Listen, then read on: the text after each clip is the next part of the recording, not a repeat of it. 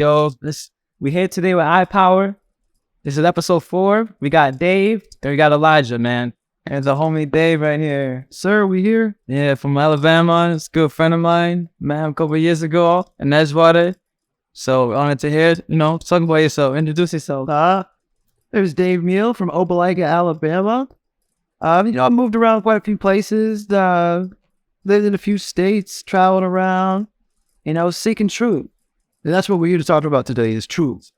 And where we find that. And the only place we can find truth is from within. So So talk about that. Truth within. A lot of people don't know about that. So what is truth? Like, what is truth? Well, everybody's got truth. Everybody's got their own truth.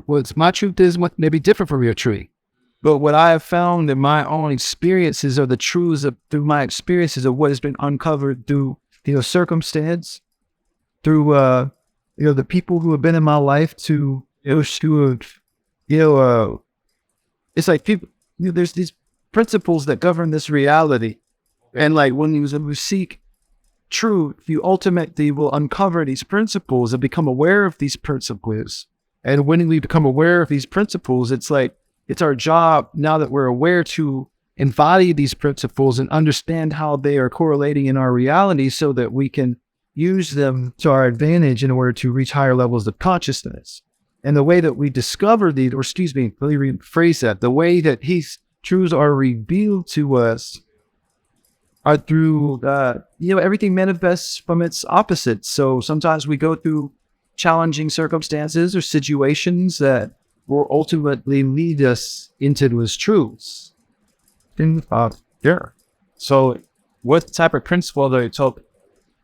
We can talk about, I like to first speak on like Hermetic principles. So Hermetic philosophy predates, all major religions by like thousands of years. And this is, predating Islam, Christianity, Judaism, all the Abrahamic religions, Hinduism, Taoism, Sikhism, and these principles can be found within these scriptures that you find through all these religions. And this is the Hermetic philosophy of Hermes Trismegistus, which is an ancient Greek philosopher who is actually, if you look up in the Quran, is Idris in the Quran. So this is another way for us, thrice wide is what his name means. So to be in the Quran means you have to predate its existence, right? So it's like if someone is showing up in the Quran, then they were around when the Quran was unfolding. So that's something that when we come upon that information, all it is awareness that we can contemplate, reflect on, and then see how it shows up in our reality. When there's people who don't know, all they know is Allah, Jesus, Muhammad. So when you bring up Hermetic principles and like Hermes Trismegistus, they're like, what the hell this guy is talking about? Well, there's the 7 principles. I'll be brief with them. You got mentalism, you have vibration, you have correspondence, you have polarity, you have gender, you have rhythm, and you have causation, which is cause and effect, karma. And these principles, when understood, it's like I can utilize them to understand where I'm at in my journey by what I'm seeing through the law of correspondence and through mentalism, because it all starts in the mind, and correspondence is as above, is below, as within, is without. So this experience is a reflection of what's going on within. So vibrationally, that's an observable law. There's more space in between the atomic particles than there are atomic particles. So it's an observable law through an electron microscope. So it's like I can see where I'm at based off of what kind of experience I'm having. And then when I'm looking at myself, because I'm seeing the reflection out here in my reality, but when I look at myself instead of responding to my reality, I can then utilize these principles in an awareness to know that, okay, I'm having a problem here. So this must be, because everything is created from the mind, this must be something that I have a belief here that I need to change. And then once that belief changes, then my external reality changes. And this has been proven over to me multiple times throughout my experience. And it's, you have any examples like the top? man, I can give you plenty of examples. Sure, man. Hard time. I think one of the most recent ones, and something that I think a lot of people could really understand for themselves, is going to be, when I was understanding how to love myself. Damn. And that's a heavy one for a lot of people, because I was destroyed by love, or what I thought was love. And I loved someone so much in what my belief of love was, yet I was watching my relationship go down in flames. And here I am, like, my heart and my head is like, I love this person, but there was an attachment to this person. That's what I thought love was an attachment. And this is rooted in psychological, like, childhood trauma. Right, exactly. From, I wasn't receiving the emotional love that I needed when I was younger. So the relationships that I was having, I would attach myself to it. And like, that would be where I found like my value and my love was in another person. But when that went down and I didn't know what was going on, it was like, I knew, because I was aware of the principles at this time, but I was so unaware that what I thought was love wasn't really what love was. And so when I got destroyed by it, by being completely brokenhearted, I started to look at my experience and just to see how it was reflecting within me. And when I did that, it became like a really tough, dark night of the soul, if you will. I saw, I read a lot of books, Dr. David Hawkins, out of, letting go, the pathway to surrender, that book. And that book alone, like, really, like, opened my mind. It kind of shifted something to where I started to look at myself and how I was attached emotionally to something. And when I started to let these emotions go, I was able to articulate the lesson that I was to learn, and that was to love myself. Because if I understand correspondence as within is without, our relationships are our greatest reflections. So my significant other is going to be like my greatest reflection. So it's like, this person who is not reflecting the love that I felt I deserved is a projection of me. So I couldn't be like, hey, you hurt me, you did this, because it's a projection of me.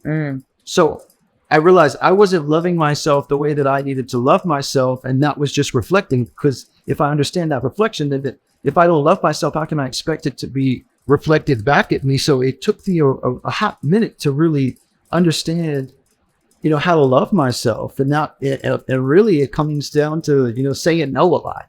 How do I say no to people who, aren't showing me love, so I can, utilize my time and take back my energy and take back my time to focus on me. And when I started to love myself by saying no, doing the things that I wanted to do, I wasn't listening to other people's opinions. Other people had a lot of opinion on the relationship and what they thought and woo. Yeah. But I was going through this darkness within myself that ultimately rebirthed this new understanding of love, which is, to me now, it can be summed up in one word, which is freedom. And like, allowing someone the space to grow and to be themselves and loving them for who they are, and seeing that has allowed me to let go of these childhood traumas, because I see the love in myself that I'm giving to myself by not attaching that love to someone else, saying like, I need you to be in love, and now I'm in love with myself. Right. I'm in love with my life now. Right. And so it's like, doesn't matter how and where we are on the scale of, good or bad times, I'm always enthusiastic. I'm always excited for what's happening next, because I love myself. I love to spend time by myself alone in reflection. And that is ultimately what has helped me cultivate that inner peace that I feel there was a time that I thought I acquired it, but to now really understand what that is, it's just like, there's still things you want to understand, but it's like, I don't contemplate the things that I was contemplating. I wasn't, talking to myself. I'm not talking to myself the same way. And that's ultimately what has changed, from me, if I were to break it down. No, that's beautiful, because a lot of people do jump into relationships to fill in that void. Fill this like, like this person, I need this love for you. But like, and it's crazy how, everything you said was amazing, because every time I dated a woman, and I'll notice some patterns, like, of course, I would look at myself like, okay, like, maybe I need to love myself. But then I'm like, no, I'm very free. Like, I'm very detached. I'm like, no, be your own person. I don't need to I'm not your parent. Like, live your life, man. I trust you. Yeah. But I know it's like a lot of women that I've dated. I always tell them like, yo, you need to love yourself. Like, just based on the things you're expecting, like what you want from me. Even if I'm very straightforward, I can't do it. You seek for something that's not, what's the word? Realistic. Yeah. And that's the term, realistic. And I think like just people, you know, I think that's a beautiful thing, man. Like, yeah, like this, the only true love you have is yourself. And loving yourself is loving God. Cool. If I see God within everyone, that's another, like, that's the beauty of it, is like realizing God is within everything. And everybody has this word that they want to use for God, whether they're, you know, some people will say, oh, I'm not religious. I like to consider myself more spiritual. So God to them may be, you know, source energy or universe or omnipotence or supreme being, you know, creator, all that. But at the end of the day, it's all the same book. It's all. I definitely like what you said about loving yourself. Cause me personally, I was actually in a toxic relationship for like 2-3 years, and it was because I wasn't loving myself. That I used my standards was low, and you know I got caught up in addiction, you know, the sex and all that, and it comes with just like, you know, loving yourself. So when you were speaking, I was just like thinking like, damn, the next morning I'm gonna just say that mantra like, doing. I love myself, like, you know, just talk to myself too.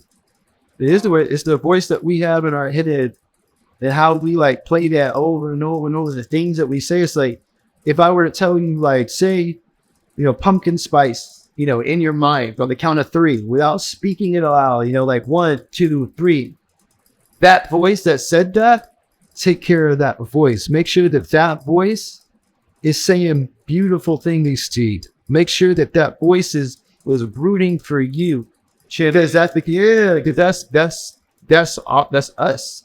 That could be the ego busted out at you saying it's the wrong stuff, but then there's that still small voice that can come behind it. So if you have both of them in your corner because you're aware of yourself, you can have that ego that's keeping you in check versus, you know, popping out and, you know, being fully masked in this physical world as a, you know, a carnal being, yeah, as carnal problem, violence to ourselves, sabotaging ourselves. About loving ourselves, one thing I wanted to, you know, mention is, you know, I really rooted myself in poetry during this time, you know, and you know, I read a lot of poetry from Hafiz and Rumi and Attar. A book called Conference of the Birds by Attar, who was actually Hafiz and Rumi's master when they were learning poetry. If you could see the cadences and the way that they write is very similar. But Attar's Conference of the Birds is very much like the Pilgrim's Path. And one of the things that they go through in that path is the 7 valleys, which one of them is the Valley of Love. And the Valley of Love is essentially you abandon all reason and logic in pursuit of love. Now, telling you this through my personal relationship is like, I married somebody who, you know, we saw things differently. We saw ourselves differently. Like before and after, you know, we're two totally different people. It was a carnal relationship. You know, there was something that was, you know, physical, and it just wasn't what supposed to be, but it was what it was supposed to be, in the sense that it was teaching me what I needed to learn about myself. So there's no like victim, there's no blaming anybody, there's none of that. But I saw, it wasn't until I was destroyed by that I really understood what that meant, was to go through that valley and to lose all reason like that. Because people were telling me, yo, bro, like, yeah, you know what I mean? Like, there was always this question, and I had that understanding. Even I questioned it in my mind, but there was something in me that kept telling me, like, follow this path. And like, I could never explain it to anybody. You know what I mean? It was my heart was there, my mind was there, but like, I knew that there was something wrong about it, that there was a physical thing. It was based in physical desire and versus like real love. And at the time I didn't know that, because I didn't know what love was. Here I am, 33, 34 years old, 32 years old, thinking I knew what I was talking about. But really it was my turn to learn, you know? And so to really see how that played out, what manifested from that, it was like the sacrifice was well worth. reward. You know what I mean? And at the time, I didn't see it because I was heartbroken and destroyed by that. And I was like, I love this person. I love this person. I love this person. And now it's like, I was angry in it, but now I love this person and I let him go. And I still even now realize, like, I don't even think I knew who this person was.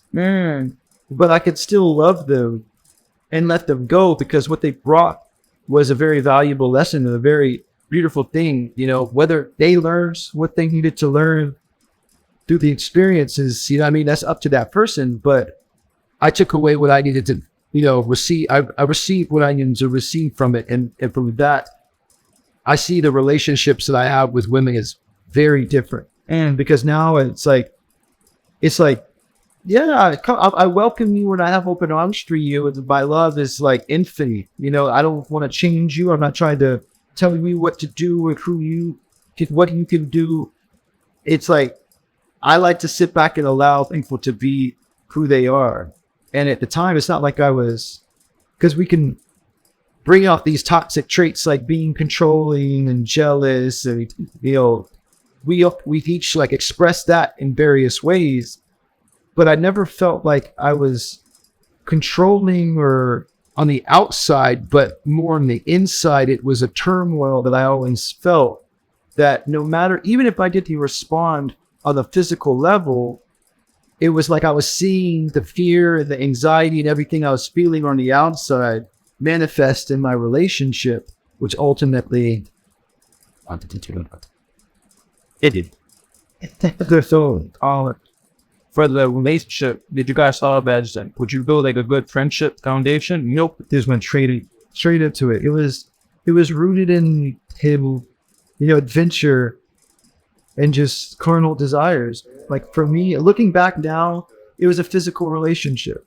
I was in love with a physical person and an idea of a person, an idea about, you know what I mean? And then like, you know, when you get into it, it was like, we separated and came back together. And then when we came back together, it was like, I felt like I won the gold at the Olympics. But little did I know that there was purpose from their ends as well. There was, you know, a purpose from my ends. And when I went into that relationship, you know, with carnal desires and without fear, I saw that at the end of the day manifesting in my relationship. So, you know, maybe had I known now what I know, had I known that then what I know now, maybe it could have been different. I don't know. Yeah. But it took going through what I went through in order for me to learn what I know now. And for that, I have zero regrets. Zero regrets, because it's the person I became through the process. And now the love that I have, you can never hurt it. I can never be hurt again, brother.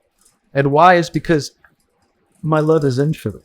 My kindness is infinite. My empathy and my compassion for someone is infinite because of that experience. And that's what we can either learn or we can repeat our patterns. Okay? And I could be totally senile and bitter and resentful with most of adults because of this. You know, I really could, and I've seen that happen. And I've had to deal with that in my own life from my parents and like their divorce, and I saw a lot of similarities and things playing out. But I was like, I can't. I'm not going to do that. That stops with me. So my focus has really been on like, how can I heal myself to my full to be a fully, you know, healed being. That way, when I do have a child or children, I'm not passing, you know, these problems out to them. I can. And so it's like I'm changing my microbiology by healing myself, and by doing that, I can then heal the world. And I say that, you know, humbly, as well, when I have a child and I raise my child in love and compassion, and, you know, not saying no, but, you know, like showing them, you know, other ways. I'm able to, you know, set this child into the world in that way, so then they can show and start loving and healing, and like I don't have children, so, you know, we'll see. You know what I mean, though? But like the idea that, like, you know, because I saw how it affected me, and ultimately it's like I don't want to inflict that on my child, So how I was raised will not be how I raise my child. And that's probably because there's a saying, it's kind of fucked up. It's like stupid people have kids, smart people don't have kids. And then my mom just mentioned that, and she's like, the reason why, because a lot of people don't know themselves and they have kids, and then the kids repeat the same bullshit that they were doing. You know, the whole program and whatever, traumas, tribulations, their negative comments that now the child has to take responsibility for their parents or their ancestors. So it's just good that you already thinking like, no, I gotta fucking heal myself. I mean, also for myself, but also for my future generations. If you decide or if you want to have kids, so then they won't have to have that burden on their back and have an easier life. Because most people think about the financial perspective. From when I grew up, like, oh, like, if you're financially stable, you're rich, your kids will have it easier. But you're like, nah, fuck that. Let me get right into spiritual. So then they want, because even if they're rich or not, they still gonna deal with my bullshit karma that my parents had, their grandparents, or their great grandparents. So I think it's powerful that, like, and I know it took time, based on what you're saying. I know it took time and a whole lot of process for you to really go within and realize that, damn, fucked up, like, and I gotta clean a lot of. I mean, we still cleaning shit. But I have to clean a lot of shit. You know, I'll say this just because I think it's important, to provide some type of context, and I know that there's people in life that have had it way worse than I have.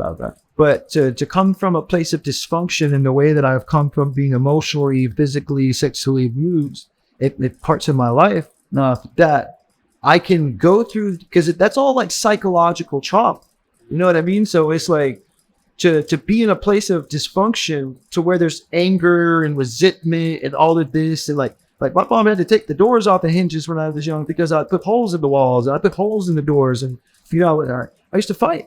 Like I would say I was always like noble when I fought, because I would always fight for like a noble cause. I would never just like outcome, but like I had this pent up anger that when it was time to get loose, it was time to get right. You know what I mean? And so, but that has all changed, and like through the transformation. So I'd say it's been about a good 10, 11 years since I really like focused on this journey. And it kind of coincides with my photographic journey, which is why, when I tell you like my portfolio, my work is just a visual biography of my conscious journey, because I was in those places, it's not like I was, like, oh, let me come in and check this out. It's like, no, this is how I was living in these times and these moments, and how these people that I photographed, and they opened my art in incremental ways that just, it was like God was like knocking on the door, like, knocking on my heart, let's say it like that, knocking on my heart and just like whispering a little bit louder each time. And like every time like I would have these breakthroughs, it would always bring me into a new awareness of myself and like how I could change myself to realize my true potential. And like being able to recognize that was like the hardest part, because for a time there, we all get to a point, where we grow out of it. But I was a victim. I was a victim of circumstance. I was a victim of my life.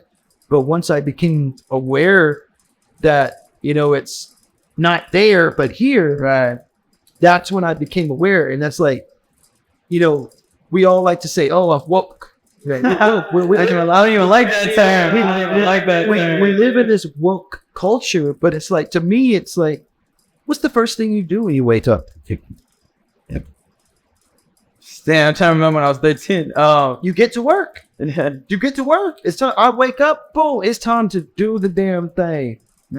Waking up is not the destination. So when people are like, yo, I'm woke. It's just like, awesome. I'll get to work. Because now woke is past tense, so you can go back to sleep. Woke is I am aware of myself. I am aware of the reflections. I'm aware of these principles. I'm aware that it's all created in the mind. I'm aware that everything is vibrational, and that is through the momentum of thought that creates emotional momentum, which then that emotional value for how much emotion I'm putting. The emotional value is impressing my subconsciousness with the images that I'm playing and the thoughts that I'm playing over and over in my mind, my imagination. So, when we look at the term, the living translations, or like the Bibles or in the Quran, or these are living scripture, these are the living words. Like, what is that? It's like, what does that mean? It's like you can look at the verse seek ye first the kingdom and all its righteousness, and all else shall be added unto you. That I could look at this in multiple ways. I could look at this as, and this is what the living book, I can see it in one time and then open it up and come back to that same verse and it means something totally different. But I can see it as like, okay, I'm going to seek my true nature first. I'm going to seek what's within me, the kingdom of heaven. What's the kingdom of heaven? Not what they saying, look here, don't look there, but behold the kingdom of heaven and within on this. So I'm seeking within that. What's the kingdom of heaven? It's my mind. It's my imagination. I can create a kingdom. And so when I visualize that creation and I'm seeking out that kingdom of my mind and I'm aware of all that, then I can create my reality and all else shall be added unto me. Or I can look at it as seeking first the kingdom of righteousness within me and be that true nature of already there. Seek that first and be that first. And then embodying that awareness will then follow in my reality. So it's like, what is our name? What is the name of me? The name is our nature. The nature of myself. So if I seek Neville Goddard. If I seek it, and that's Neville Goddard. I love Neville Goddard because of the way that he can articulate the Bible and the scriptures and his allegorical stories to help us better understand our conscious selves, because the conscious self is an abstract thing. These are emotions. These are ways of feeling. And most people, we like to sing the word, be mindful of what you speak. Tongue is very powerful. Yes, that's very true. But why is it very powerful? The tongue is very powerful. If it was about the same words that we use, then it would mean the same thing across all languages. But it's about what the words make us feel and how we identify with the words. So if I am saying like, I am strong, it's saying that someone who is, maybe from China, saying it, I am strong, that's not going to register. But if you say it in Mandarin, whatever that is, I am strong in Mandarin, it will resonate with them on a whole nother level. But if they were to repeat it back to me in Mandarin, I'm not going to know what they're talking about. So that power of the tongue really doesn't play the same part.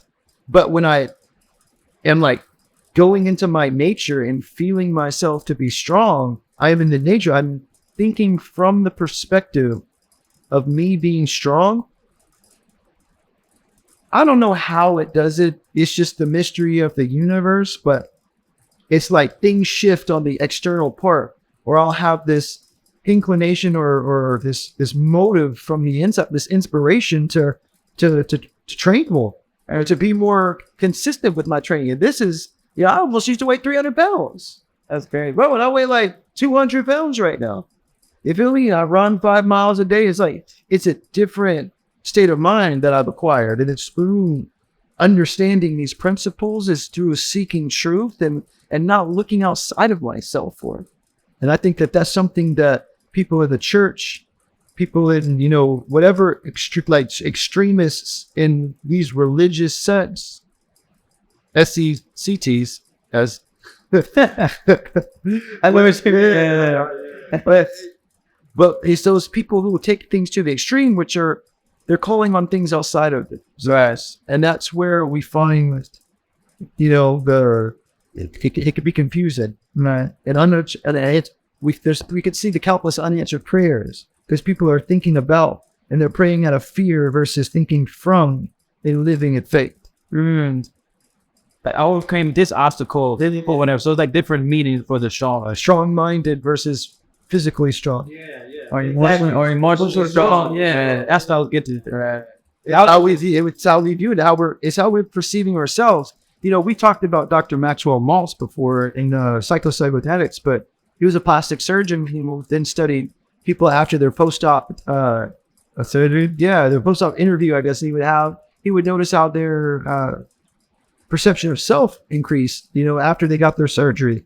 And so before he studied this over a period of time, and he realized that it's the way we view ourselves, the perception of ourselves, the way that we see ourselves carries a monumental,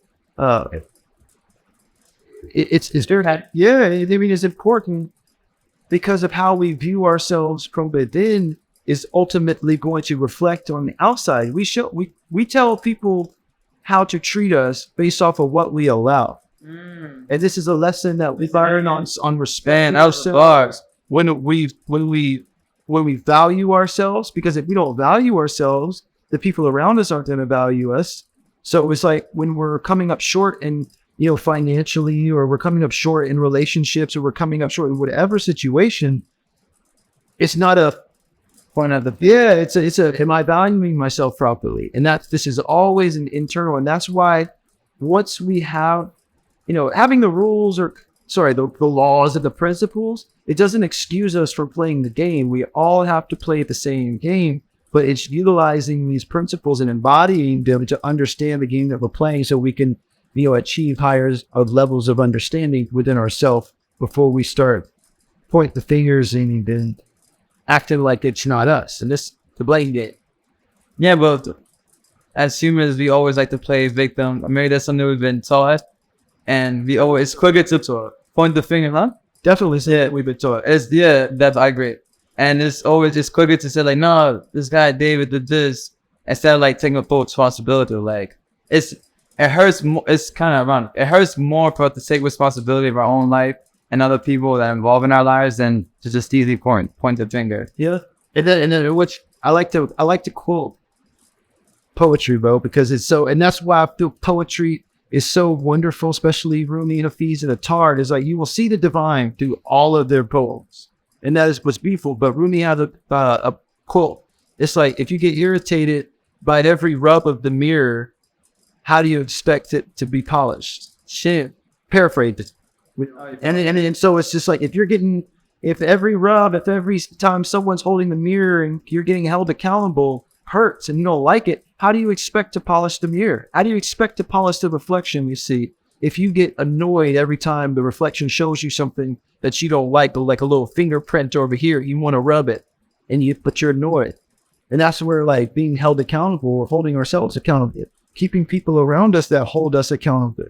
Yeah. Like if you have a bunch of yes men around you, people who are just going to agree with you all the time and backing you up, oh man, I'm going through a hard time with my girl, and I'm really seeking advice. And if you're surrounding yourself with people who are like, man, fuck that, man, let's go to the bar tonight and turn up and let's get a new one, then it's like, we should probably check inventory about where our energy is going and who is going to, because these are not the type of people who are going to help sharpen us and our mindset, but more maybe like, well, bro, you seem like you're going through a really tough time, like, what do you think, like, what's triggering?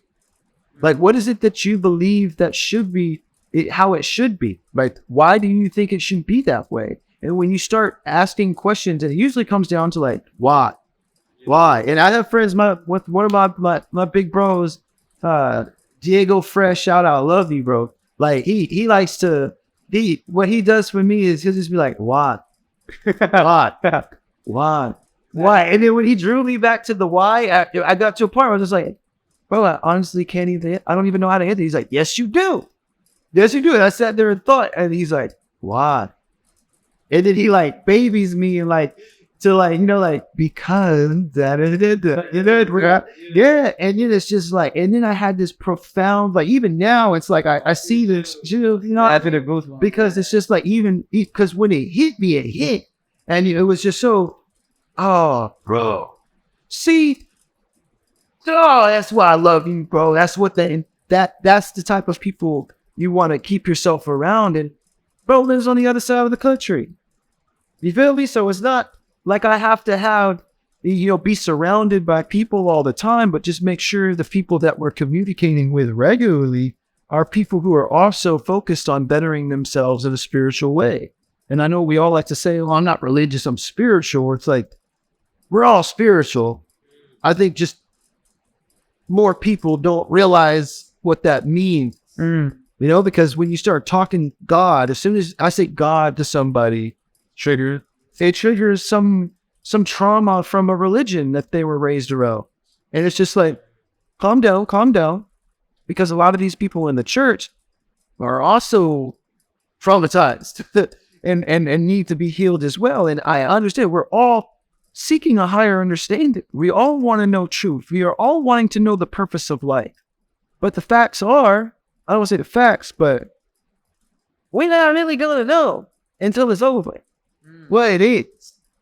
But when you believe in your heart, when you believe here and here, and this is alignment, there's just some things you just know and you don't question any. And that, like, that truth will resonate. It will always resonate. Everybody knows truth when they hear it. And if it doesn't, if you don't want it to resonate, it's because you're in self-denial, and that's okay too. I mean, it's not, but like, that's your bad. Yeah, I'm not Mr. trying to save Ellie. Right. Which did that, tried that. Hard enough to change yourself. Trying to change somebody else, might as well go hang your hat up on that one. It's just not gonna happen. But I see how all the circumstances and situations, things that I could even say, man, at the time it didn't seem like it was going the way I wanted it to go. Even those times, I can see God's hands in all of it. Even in the hardest times, it's like the divine hammer and chisel that is carving out the character that I am to be. I can't operate in a state of understanding, in a state of mind, in a state of consciousness, in a state of awareness of someone who is a high level entrepreneur or a high level, and when I say high level, I mean that's subjective, but at this place that everyone wants to achieve within themselves, I can't operate at this level when I'm still thinking and operating in this awareness. So I have to crucify this awareness, because two states of mind cannot be in the mind at the same time. So I have to crucify this and rise to a higher awareness. And from my experience, I can only speak from my experience. When I've had these shifts of mind, it's like there is a purge. There's a moment of like confusion. There's a gap that happens when you transcend into this higher mind. And you guys have actually been around me during this time. And this is that time where I'm just kind of like in autopilot doing like what I know I can do. But then like when we come back and reconvene and we're sitting at the house and we're like, so it's just like, oh, dude, We're in the unknown. We're in the unknown. yeah. And so this is what is be still. Be still and know that I am God. Sit still. And when I sit still, it's like, answers always come. Always go. And I don't have to force anything. Right. Nothing that has ever been, a monumental shift, nothing that has ever like been like a wow moment has ever been anything that I have forced. Ever. And I like to give this, pretty said we're talking about forge. Do you mean like do you usually like take the path of the least resistance? No, the path of least resistance is everything that comes to you and what feels like ease. Yeah, force is like, to keep it 1,000, most of the people we know, they're living in fear. Ask them why they're doing the job that they're doing. Ask them why they're doing what they're doing. I guarantee you it's because they don't want something to happen. I'm working this job. Why? Because I need money. Because blah, blah, blah. And it's like, they do it out of fear. They don't live their dreams. They don't chase their dreams because they sell. But in this... my bad for putting you off. But a lot of people argue like, well, I gotta pay rent. I gotta pay bills. How am I supposed to survive? Bro, I don't know how I survived. Because I've been evicted. I've been kicked out.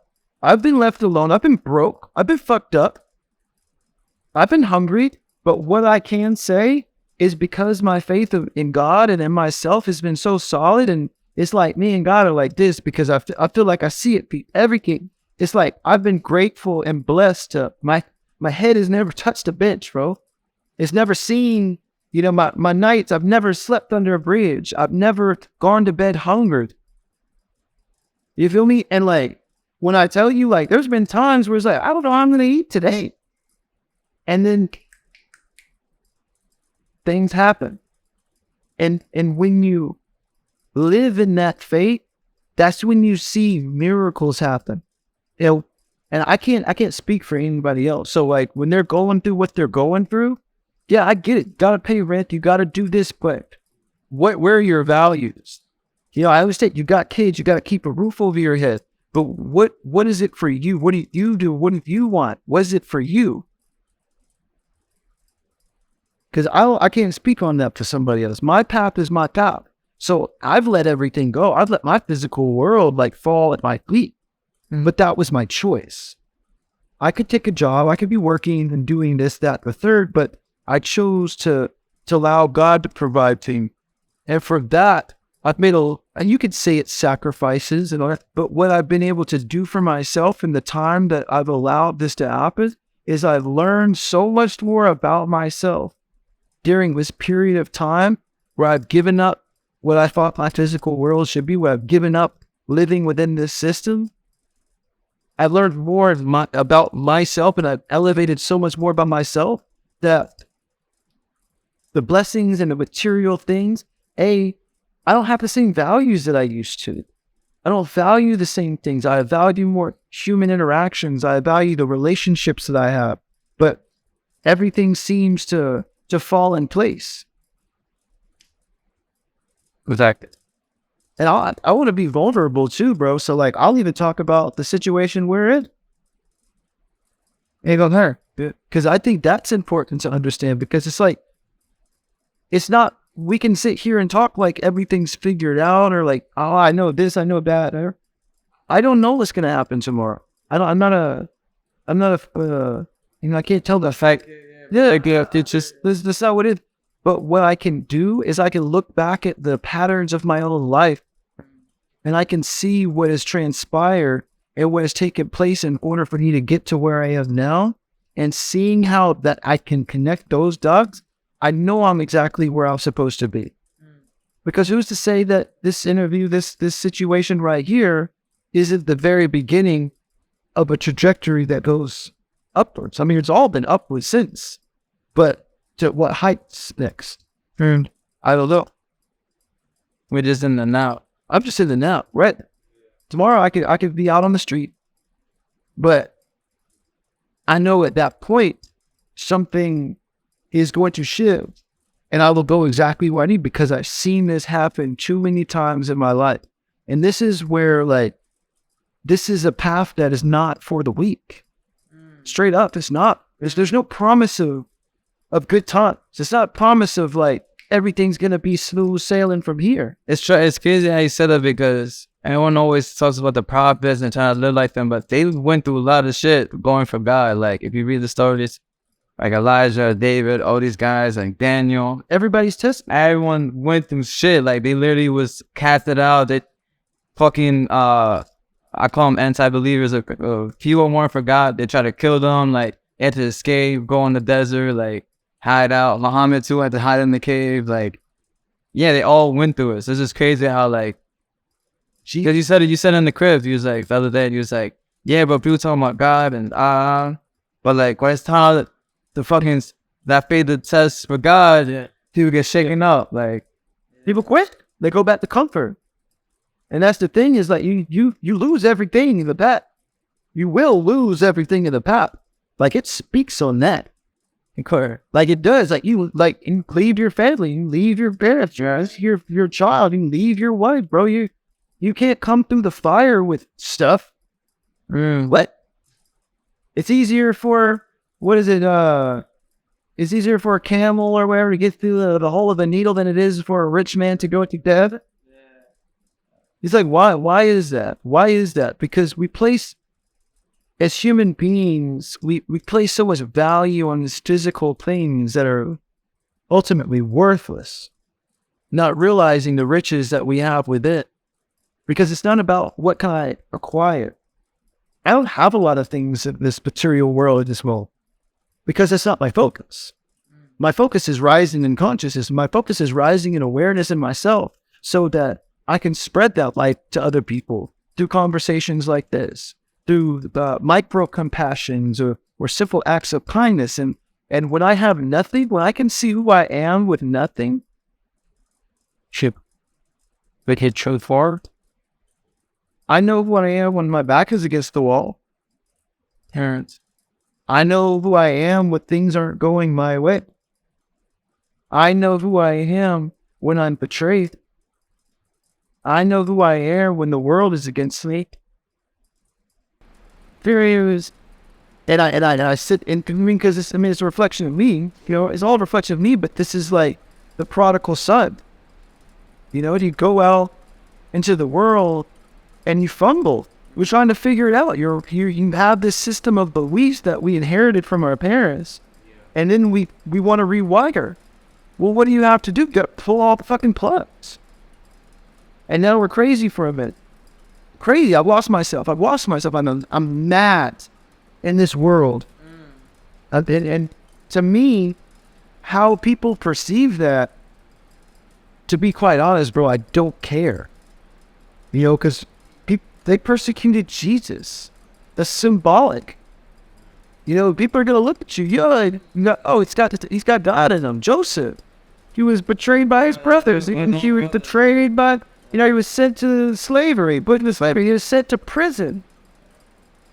Bro, imagine me being betrayed by my brothers, and then what people would say, and then I got into slavery, and then I went to prison.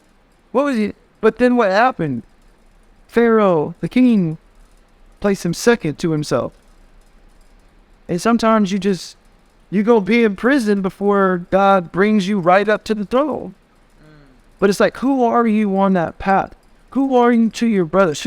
How did Joseph receive his brothers when his brothers came during the famine? And he showed up. He played with them a little bit. I mean, he did play with them a little bit. He played with them a little bit. But he showed them love. He gave them love. He sent them back with their sacks full and the money and the money in the pack. But he played with, hey, you stole the thing. Well, we brought the money back. Why would we steal if we're gonna bring them back? Bring them back. These are my brothers. Yeah. Just show you. I showed you. And that's where it's like Hebrews 13:2. Be mindful of the hospitality you show strangers, for some have entertained angels unaware. Be careful how you treat people, because them tables be turning. And if you're righteous and you have nobility in your heart and in your mind, when those tables do turn, am I gonna be on some bullshit? I'm gonna play with you a little bit, but I'm not gonna do anything too serious. Just because I love my people, I love myself. But you want to teach people. You want to share with people the light. You want to share with people the truth. But it takes a certain willingness to go through the fire that most people aren't willing to do or willing to go through in order for you to be purified. And that purity is what's going to build a righteous and noble mind and a noble heart. And that's why, to me, it's probably nothing in this world would come before another person's heart or mind or that relationship or God, for that matter. Because that's what I see in every. So, Dave, to piggyback on that energy that you were just on, just doing it, and Nike with the check, just do it and taking action and stop talking about it. I resonate highly on that because I feel like that's the person who's buried out. I also be going through right now, and I feel like people that watch it, they're also going through as well, which is just procrastination, having the thoughts in the mind. They spoke about mentalism. Everything comes from the mind, like the phone right here, the couch. That was somebody's mind. It combined with somebody else's mind to come together to make this. And what are some tips for the people out there that's watching on how to take action more? Because I know everything that anybody talks about, your ideas, his ideas, my ideas, the root always comes back down to action, application, and then the rest follows, discipline, grit, etc., etc. I think it's important to provide this context that we're all here growing. Even where we're at right now, this is the beginning. We're growing, and I want that to be clear. I don't ever want to have this facade like I know everything or like it's all figured out. No, I've been a talker as well, but over the you know what I mean? Just keeping it down. You know what I mean? But over time, what I've seen in myself as I grow is especially in the past year, I've just been more about bro, I don't even want to talk to people. I don't want to be around a lot of people because it's we're just not on the same shit. So for me to sit here and waste my time talking, I find myself at this point, if I don't want to be on the phone with you, sometimes I'll just hang up the phone. I'm not trying to be mean or anything, but it's if I'm just getting a bunch of mad energy in my ear, I will just hang up the phone. I'll just hang up the phone because I don't want to hear it. I'm not going to allow that anymore. Yeah. And it's no disrespect to anybody. People can take it however they want, but it's almost a disrespect to me to sit here and me in my ear on some shit. And so, but I have to hold myself accountable and also in how I'm talking to people. So I spend my time more with, like, reflecting. So, what I can say is, to answer your question, and this is just to, from what I've been doing in the past few months for myself, is setting personal goals and being consistent with them. And no matter what the situation is, no matter what, if something, I normally, get up, the first thing I do in the morning is I go and run. Now say I have a meeting or I have something I have to do at that time when I go run, I'm going to go and handle that meeting. But the next thing I'm going to do after that meeting, I'm going to go run. And I'm going to get that done. And then once I accomplish that, I can say, you know what? I'm good. I'm consistent. And I haven't skipped a day since I really started on my shit back in 2022, the end of 2022, the last quarter. And for, when it comes to us doing what we're doing, it's like we could sit here and we're talking about a podcast and doing this for a minute, but for us to come in together and to do it, just do it. We'll figure out, we don't need to have the lights. We don't need to have all the extra stuff. This is number one. So it's just getting started and create. Just create. That's why let's just create. Whether it's good, bad, whatever it is, I don't give a fuck. Let's go out and create. And we can come back and we can look at it. If we don't like it, then let's see what we don't like about it, and then let's do it again. And revise it. And revise it and make it better until we are happy with it. And even if we're not happy with it, let's just put it out there. Why not? I seen another bullshit on Instagram. Why not? Why can't I add to the bullshit? But at least I know that what I'm speaking it's got a little bit more meat and potatoes to it than just dance on the big green. That's on green. Yeah, man. So so for me, I'm spinning out of procrastination too. I'm like, let's see here, act like I'm better than none of that shit. Nah, bro. And that's fucking real, bro. Because a lot of people on Instagram, I was a fucking philosopher. Everyone was a fucking philosopher. I ain't gonna fake nothing. That's what when people talk to me, and that's what people get with me is like, I'm here with y'all, bro. I'm here sleeping on the blow up mattress, bro, with y'all, bro. Humility in full effect, bro. But my faith is on max and my confidence on max because trust me when I say, bro, I used to be in a position where I had it going on. And I mentioned, you feel me? Like things were popping and all this stuff. I had money to play with. Everything was cool. But bro, I was so fucking empty. I didn't know myself. But to like be sleeping on a futon or a blow up mattress and then getting seeded crackers, Norwegian crackers and some avocado, crushing up some avocado, throwing a can of tuna on top of it, bro. Whoa, my spirit is full, bro. You can't play with me. And that's what people who people look at as successful, they look at that and I see it in their eyes, bro. They envy that. And then all I can just spin in my mind is like, bro, you can't hate on me, bro. But because I get it. But money can't buy it. That's something you got to go through the fire to build with it. That God has to build within you and instill in your heart. And I'm still on my path, bro. I'm just a humbled servant. And I'm even like, is this the right decision? Because sometimes I have to handle business and like my ego can get caught in the way. And I have to, go to God with that. But at the same time, I'm a man too. I want to pop my shit. But I don't want to live in a full-fledged mask of the ego where it's just about me and what I think I should do and whatnot. But, is this best for everybody? Or is this an ego move? Is this an ego move or is this me standing 10 toes on mine and not disrespecting the God of me in the way that God is expressing himself to me? Because that needs to be valued as well. So is your ego a part of your like as a random, the ego part of your identity that makes? Absolutely. And the ego is the spice and vitality of the human being that is an individualized version of G-O-D. He didn't on the man. That's a bar right there, man. DOD, genius on demand. God of the man, very. So, when does the ego beneficial to you think? Every day, bro. I mean, like But so I can live like you put the ego in a cage and just like make sure it doesn't like fall out the cage, like like how do you like balance your? I think people who are, when we think of people who are who are living in their ego, we think of the term egotistical.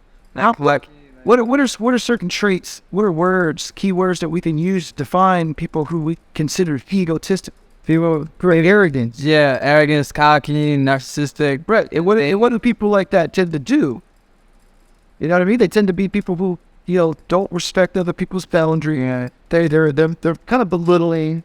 They talk, I can live in my ego, and I can pop my shit. Yeah, I'm him. I'm that guy. But guess what, bro? You are too. You are too.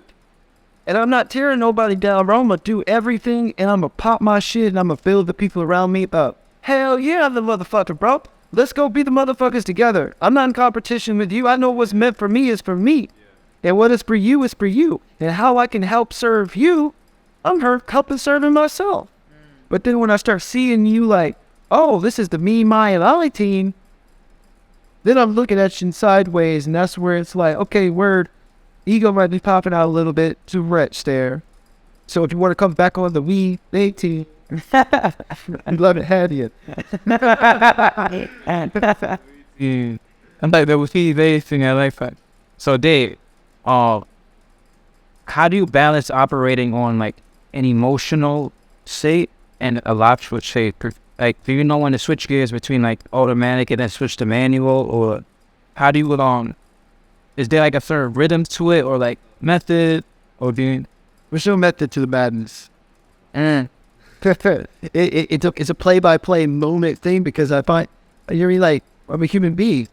Yeah. Like I'm a human being as well. Like there might be a spirit within me that is powering on this physical vessel, but like that ego part of me, which is carnal and mortal, is also like thinking on a certain level and is reactive at in certain times. So I have to, what I used to be is more reactive, and now I would say that I'm more responsive. So I choose to like, instead of reacting emotionally and like, because of that, I'm thinking about, I'm feeling something, I'm feeling triggered. Why am I feeling triggered? Yeah. And then like, but this is like very quick in your head. You know what I mean? It's almost like once you exercise that muscle, it becomes almost more automatic. But it's like, what am I feeling? Okay, I want to react to this. Yeah. But then you start to feel something within you that welts up.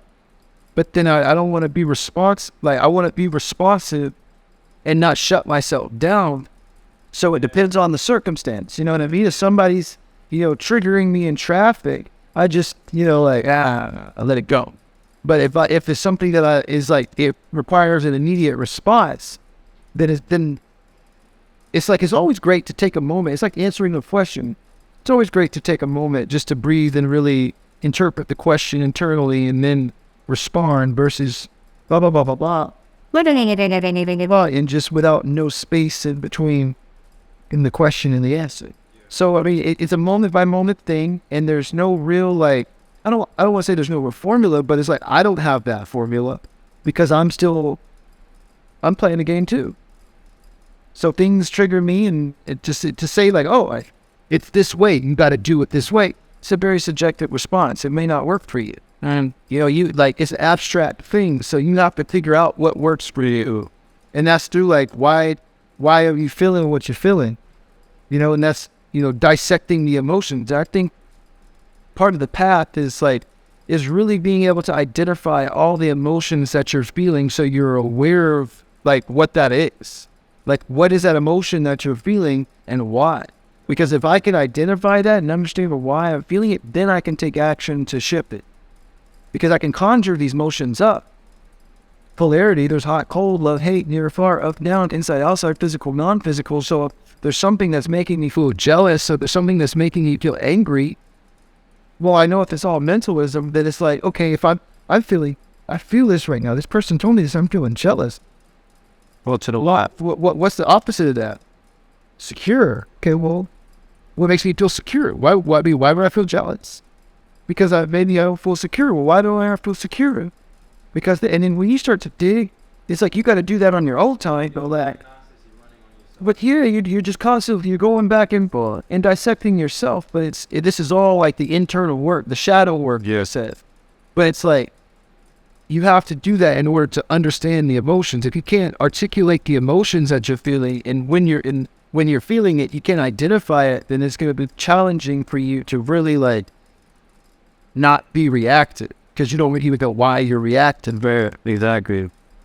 As far as like, and just articulation, what if that person can't articulate their word, what emotion that they've been? What would you recommend of them? To read books, self-help books. We can start with Napoleon Hill, Neville Goddard. You could listen. I mean, these are things you could go on YouTube. Reverend Ike. We go James Allen, Wayne Dyer, Deepak Chopra, Forrest Shin, Game of Life and How to Play It. You know, like, bro, I could go off with so many books that, like, once I think we start getting a few of them, it kind of leads you into the way. You know what I mean? Because it started with Think and Grow Rich by Napoleon Hill to me, and then it went into, like, How to Win Friends and Influence People. And then it went into 7 Habits of Highly Effective People. And then it went into James Allen, As a Man Thinketh. And then it's, Khalil Gibran, The Prophet. And then you just start reading all these books. And then after you've read like a 1,000 books talking about the same stuff, it's just like you kind of like read through the lines, read between the lines. And it becomes even clearer that these are things that are helping us understand like our emotional self, because emotions are abstract. What feels good to me may not feel good to you. What makes me sad may make you happy.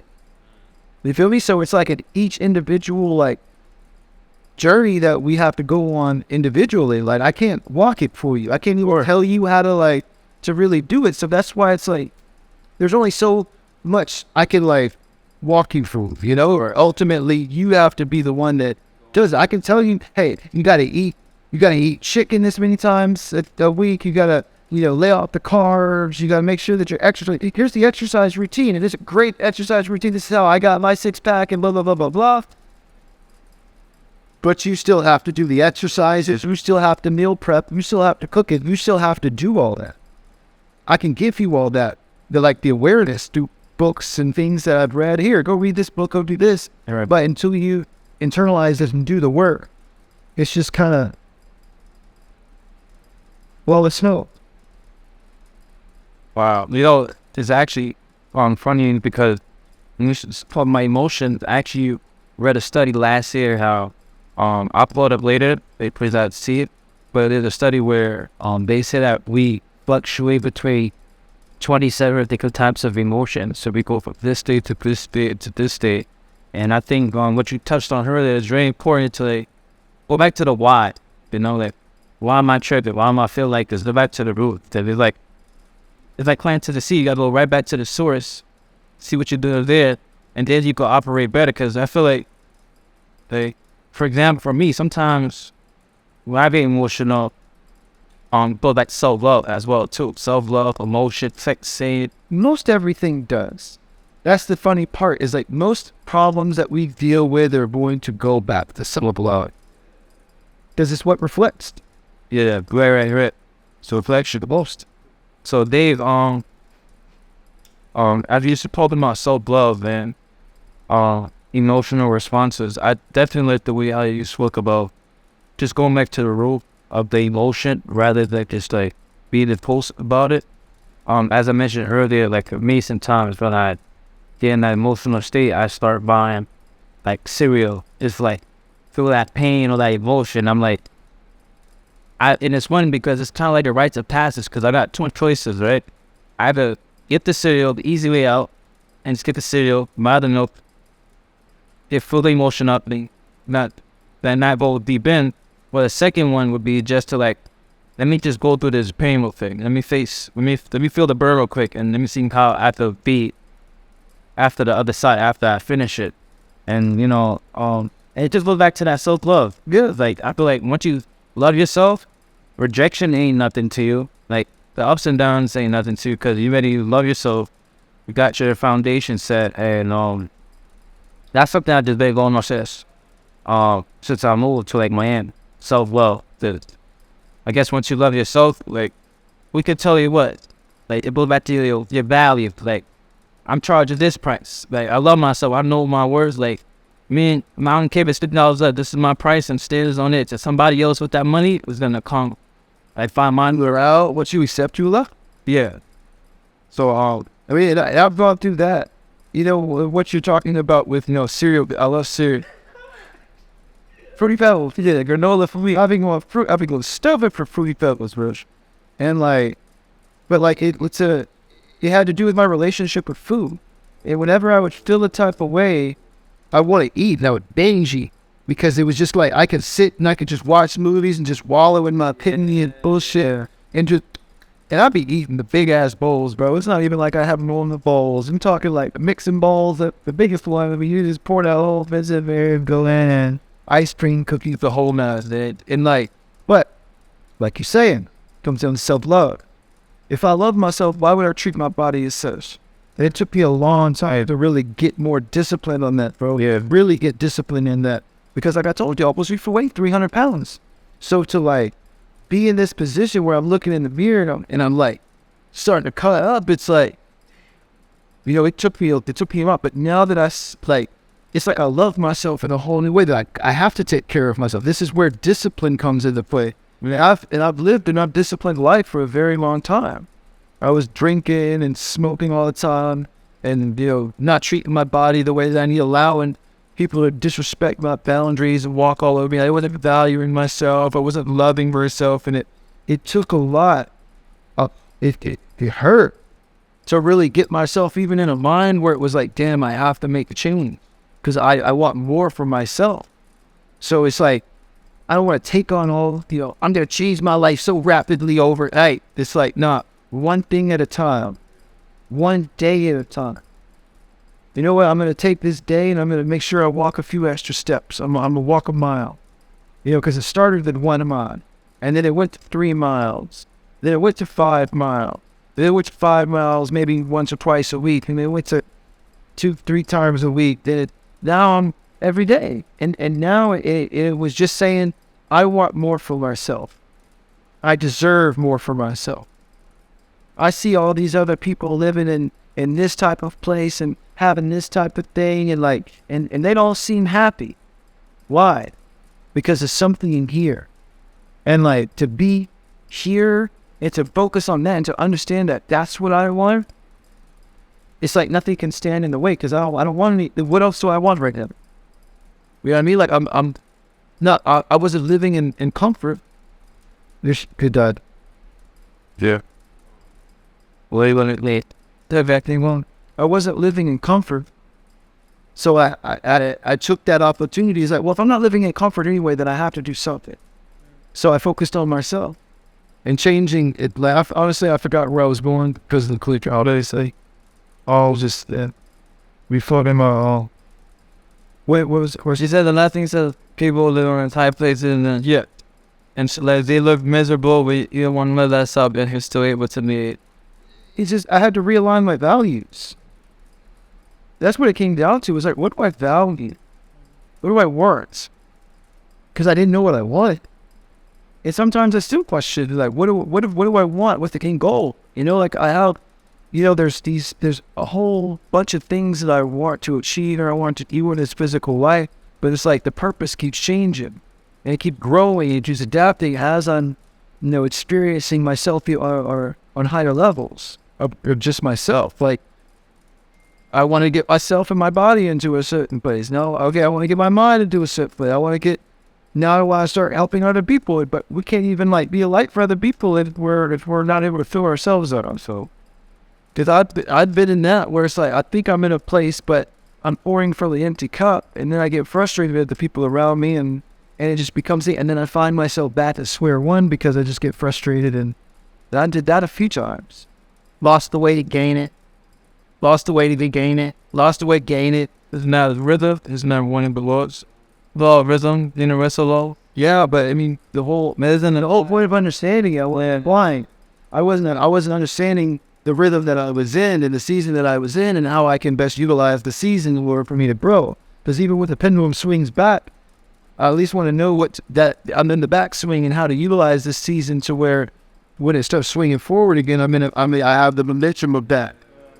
But it's like, damn, all these things are going wrong and I'm in a position that's fucked up and I don't know where I'm going to live. I don't know all this. I can sit here and wallow in that. Or it's like, okay, I don't know how it's going on right now, but right now it seems like I'm in a season where it's like, focus on you.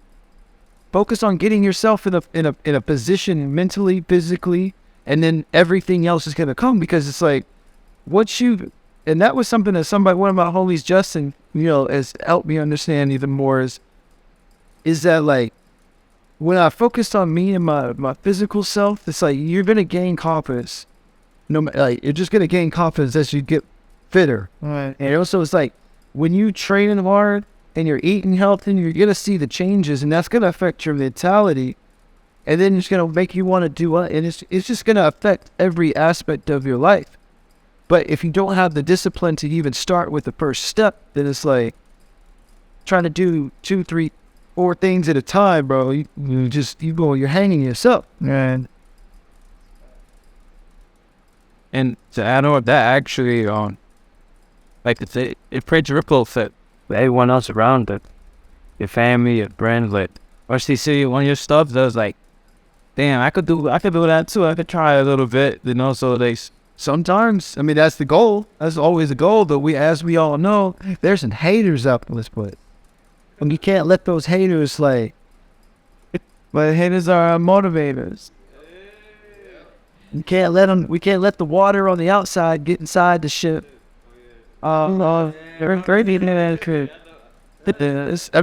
It's cliche for a reason because it's real. But I can't let other people's opinions get inside my mind. I can't let what other people think fuck with what I know about me. What? That don't even sound right. That happened at night to me. I like that phase.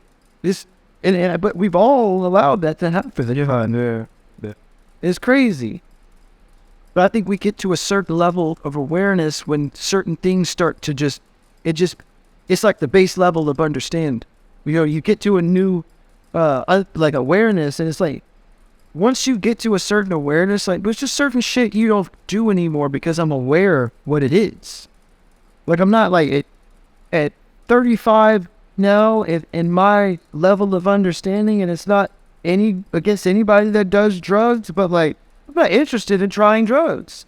I have no interest in it, and that's okay. People do drugs and that's great, but it's like for myself and my body and what I do for my body. Yeah. I'm just not there. I'm not interested. I don't need that. I mean, they do say like, the temple was our body for 1,000% our house. You only get one.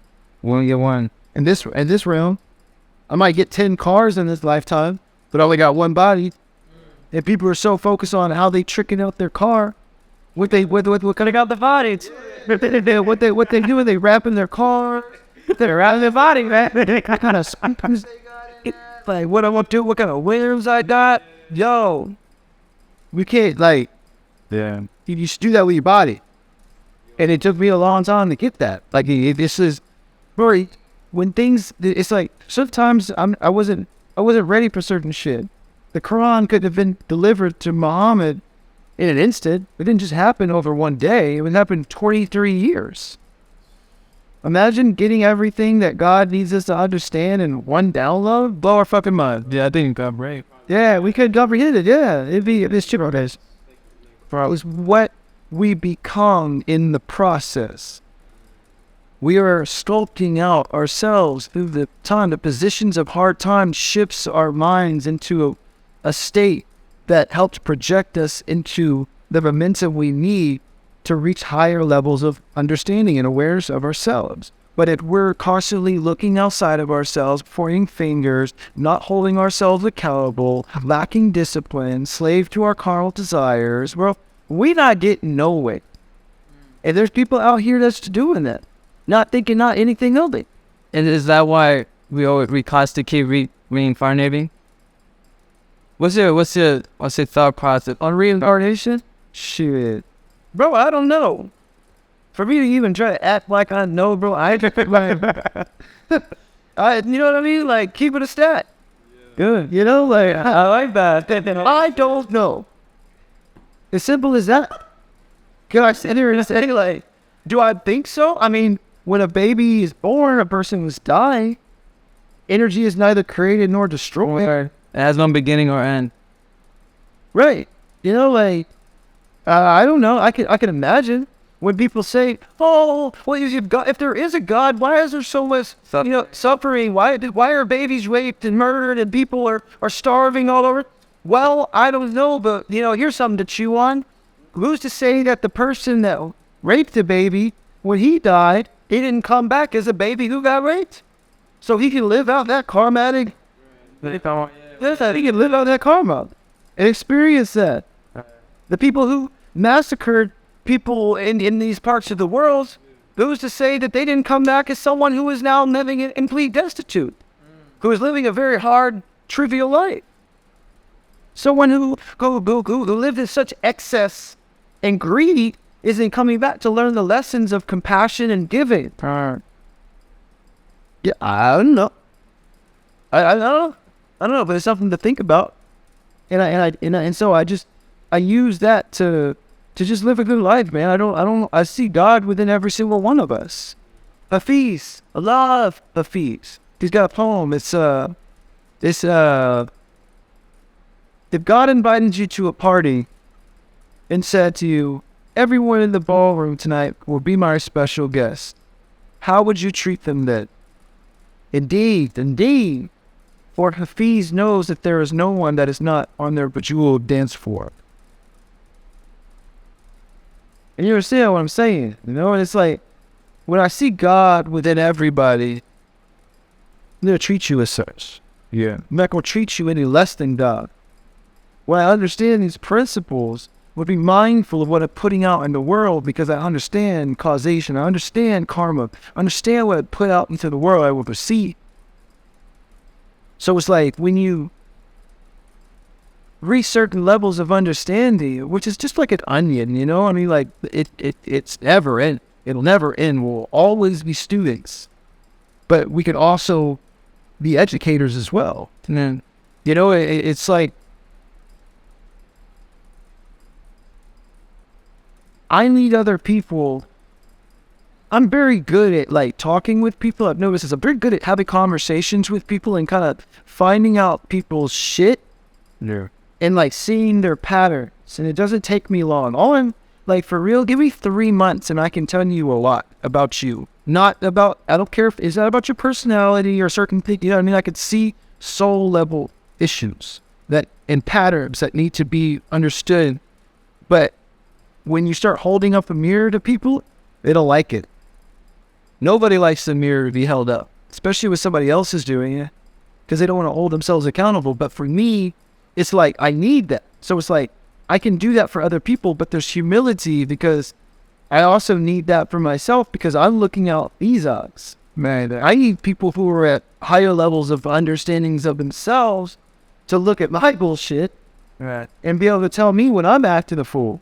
Right. So as long as I keep myself humble in that sense, like the humility is there, like, hey, I'm not always right. I don't always know. I'm open to understanding new things. I'm open to changing my opinion when I'm presented with new information.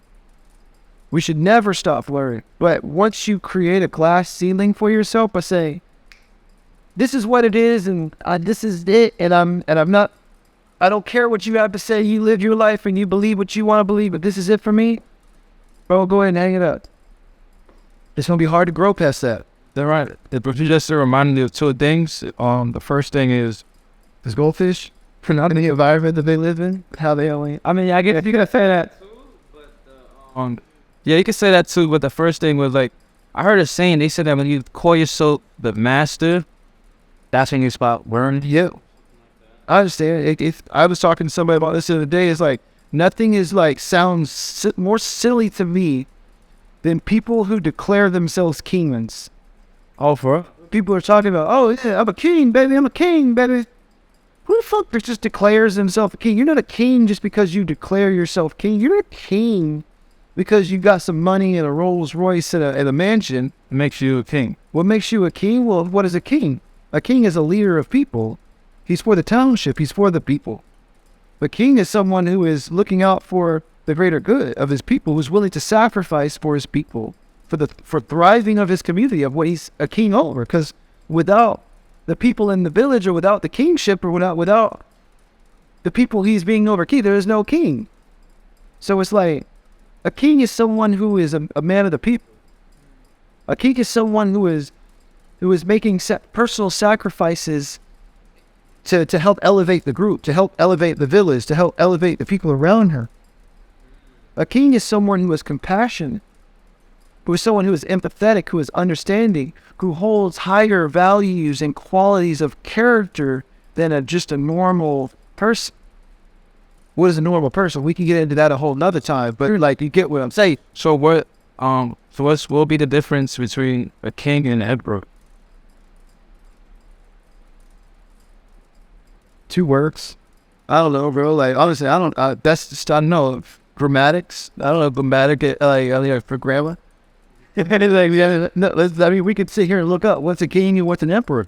What is, like, maybe the multitude of area or of cities that they have, like, power over versus, maybe a township or something. And it's funny though, me talk about the king, because like nowadays with these social media, I see everyone, they got the crown in their part of shit. I'm king, or like, I'm rising queen, or like, or some shit. Like, I just wanted to sit there. I see like a trend of words start to rise again. I don't know if that's because all the virtuality is becoming more. It's that's what it seems like. We're all spiritual in this. We're all spiritual, yeah. And so I don't knock it by any, like, in the sense, like, I don't knock people for wanting to be better, to want to better themselves, but I think people can use these pop cultural positive vibes and these king words, but they don't have any real understanding of what the fuck they're talking about, because toxic positivity is a thing. If someone is like too positive all the fucking time, bro, I guarantee you they're wearing a mask, and when they go home they're fucking sad. Someone who's living in complete duality and is like integrated their ego with their higher self, to someone who can pop their shit and lift people up and still be like, man, that motherfucker laugh. But I already know it's weak. So it's, like, just like, I feel, because it's like when we were out the other day, bro, like, bro, I could talk my shit. Yeah. I can come out here and start popping my shit, talking my shit, etc. But I'm not gonna feel nothing over certain things. I'm not gonna feel nothing over. You know what I mean? Because I understand I'm just bantering with myself. So I really don't wish nobody like the bullshit. I'm not wishing hate on or death or no bullshit on somebody, but it's just like, man, fuck off. Like, we're not doing all that. And people can, and that's where it's like, people can call, like, people might call it, you're blasphemous, or you're a heretic, or you're a heathen of sort. Like, because I don't believe in like the traditional sense of what most religious communities believe. I don't interpret the word in the same ways that they do. So they may look at me a little fucked up, but what I believe in these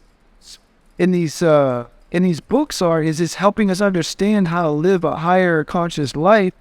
But that doesn't necessarily mean I have to be Mr. Nice Guy. Dave, Yes, sir. I liked how you mentioned about the last sentence you was told about spirituality, and also, damn, what else the sentence? I think you was talking about like being too nice. I mean, I think it's similar to like setting your boundaries. We could also be. I think we know it. I thought mom basically like people will get caught up to being the positive and all of life. It's just toxic. It's just toxic to me. And I used to be all that too, bro. But I was conflicted in myself. I was so like conflicted because it was like, yeah, I had all this truth that I wanted to speak, and I wanted to stand 10 toes on myself. But I was just like, man, I don't want any conflict. I just want to be nice. Oh, it's okay. I want to be nice. But now I'm just like, fuck that shit. If you gonna come stepping on my toes trying to take advantage of me, you gonna try to take advantage of God? So, Playo, I'll leave it right into my question now. I like the perfect transition, right? Taking advantage, right? Oh, Yeah, give it so. Think of it. is it possible? Because from what I've seen, from my personal experience, I've seen like a lot of spiritual people. I think they probably use it as an escapism to like, for example, like they'll leave so much spiritual that they don't take care of their self-worth. And if I mean by self-worth, in my opinion, it means to talk about like a finance. Yes, you may know how the moon falls in the star system, astrology, the signs and all that, but like your finance is not up to par. Why do you think like a lot of people struggle with that, like being like living too much up The same reason I've struggled with that, because I didn't value myself. I didn't respect myself. I didn't love myself. So I think people use the spirituality to like as an escape to like, oh, I don't want to do it because Because there's no nobility in poverty. You're not noble for not having. that's That to me, and I understand that mindset because that's a mindset I was raised in a type of way. You know, like, because money is the root of all evil. yeah. I could take 10 bands and I can go feed a bunch of children. I could take 10 bands and I could go down to Mexico, to Reynosa, Mexico, and I could build 2 houses with concrete slab for $5,000 a piece. Or I can go to East Atlanta, get somebody 10 bands, and I could probably get 2 or 3 people knocked off for it. You feel me? Like, it's not money is the root of all evil. It's what money will just underline and not accentuate, but just it will bring out who you already are. Right. You know, so we're abundant beings. We want to live in abundance. You know, so like to have that mindset, like to think that we should be, because real talk, bro, in this moment right now, I have $10 in my bank account. I'm not ashamed to say that.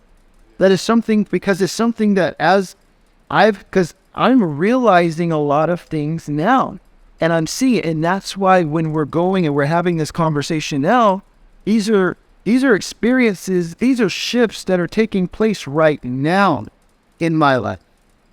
This isn't something I'm just like, oh, it's in the past, or oh, I'm talking out of my ass. No, I've recently gone through a situation where I didn't value myself, and the person in my reflection didn't value me, and I could sit here and feel a type of way about it, but ultimately I know it's a reflection of me. So what I'm doing about that, what am I doing about that? I'm changing how I see myself and how I value myself. So when the next opportunity comes where it's like I get to place my value, man, if it doesn't meet my requirements, no sir, I'm sorry, come back when you have enough. And this is what it costs. And I'm standing on it because I've lost myself already, not placing a value on myself. So what do I think I'm going to lose by standing on my value? And you know, this is happening now in my life. So now if you're conscious, so if you're conscious and you already know how the game operates, why do you think why do some people get stagnant that you really if you really know how the game is played and really conscious about how the world operates? First of all, I just want to make it clear. I don't know shit. I know what you're saying, but I want to make it very clear. I don't know shit. I'm reading a bunch of books and I'm reflecting on it. I'm trying with trial and error to understand better, and I'm seeing and what I've been able to see through, especially Hermetica, the scriptures, whether it's the Bible, the Quran, the Tao, the Torah, the Kabbalion, whatever these books is these are principles that are universal axioms that when you express them, when you embody and express them, they are irrefutably providing results. They're going to provide irrefutable results. You can't it just is what it is. Right. When I learned to love myself, the way that the world started interacting with me changed. When I respected myself, the way that the world, just because someone didn't value me and my work didn't mean that they didn't that they disrespected me. I still had respect, but I feel like it's all it's part of the same thing. That's kind of gradually love yourself, respect yourself, value yourself. And these kind of were like back-to-back lessons. These are back-to-back lessons that are kind of happening in a very like short period of time, within a year. We ought to love myself. I mean, this is just for me. I'm loving myself. I was being learned to love myself and value myself and respect myself. And this is happening within this season. And so as I'm seeing the results from one part, and then I'm implementing it, and now I'm seeing, my reflection clarify through the experience, and then I'm seeing more things that I'm challenged with, and then I'm clarifying, and then I'm implementing that now, and now I'm seeing another thing. Now it's just like it's only building myself. I'm only building myself even further. So I'm seeing how when I value myself now, even today, you know what I mean? Like I don't want to get into it all, but but it's like I see how when I'm walking chin up, chest out, and you know what I mean? And I see how I'm valuing myself. I see how my world is responding to me through that. So it's like it's to be continued. To be continued. Like this is like because it's happening now, and that's why I feel like now is a good time to talk about this, because like a lot of people on social media, bro, it's a bunch of fake shit. People are they don't want to reveal the real things that are going on in their life, but I do not give a fuck about my reputation, what you think about me, who you think I am, none of that shit, because nobody really knows. That's just the facts of it. So to tell you and be vulnerable about what's going on in my life and how things really are, I want this to be a testimony, to see what it's like and to understand the mind at this ground level, that it doesn't matter what I have and don't have in this physical world. What is within me? Woo! Jeff Bezos can't touch this.